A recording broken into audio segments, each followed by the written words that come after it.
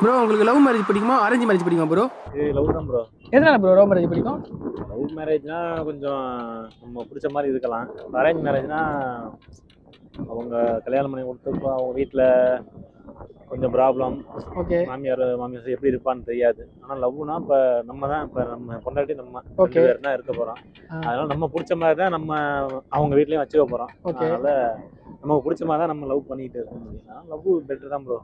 Love okay தான், தெரிஞ்ச love okay. சரி ஓகே, லவ் மேரேஜ் ஓகே. எதனால அரேஞ்ச் மேரேஜ் பிடிக்காது உங்களுக்கு? அரேஞ்ச் மேரேஜ்னா நிறைய ஃபார்மாலிட்டி இருக்கும். இப்போ லவ் மேரேஜ்னா வச்சுக்கோ, நம்மளா லவ் பண்ணி இப்போ நம்மளா சிம்பிளாக பண்ணிடலாம் கல்யாணத்தை. இப்போ நீங்கள் அரேஞ்ச் மேரேஜ்னா ஃபுல்லாக வந்து செலவு, எல்லாருக்கும் செலவுக்கு மேலே செலவு வரும்.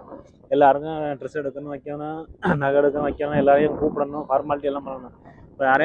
இப்போ லவ் மேரேஜ்னா நமக்கு இப்போ லவ் மேரேஜ் பண்ணுறோமா, கொஞ்சம் ஆளில் கூப்பிட்டு கூட நம்ம பண்ணிக்கலாம். ஒன்றும் பிரச்சனை இல்லை. பெருசாக பண்ணுறாங்கன்னு பண்ணிக்கலாம். ஓகே. இப்போ உங்களுக்கு லவ் மேரேஜ் தான் பிடிக்கும்னு சொல்றீங்க. அப்போ கண்டிப்பா லவ் பண்றீங்களா நீங்க? கண்டிப்பா லவ் பண்றீங்க. 2 வருஷம் இல்லை, 11 ஓகே. வருஷம். பிரதர் வந்து மேரேஜ் ஆயிடுச்சா ப்ரோ உங்களுக்கு? ஆமா, மேரேஜ் இப்பதான் ஆச்சு, 4 மாசம் ஆச்சு. பிரதருக்கு இப்பதான் மேரேஜ் ஆயிடுச்சா? 11 வருஷம் லவ். 11 வருஷம் லவ் பண்ணிருக்காங்க. மேரேஜ் இப்பதான் பண்ணிருக்காங்க. அப்போ டீப் லவ் நினைக்கிறேன். அப்போ ஸ்கூல் லவ் ப்ரோ. உண்மையா லவ் பண்ணி உண்மையா ஒரு பொண்ணை கல்யாணம் பண்ணிருக்காங்க. அதுக்காக பிரதருக்கு ஒரு வாழ்த்துக்கள்.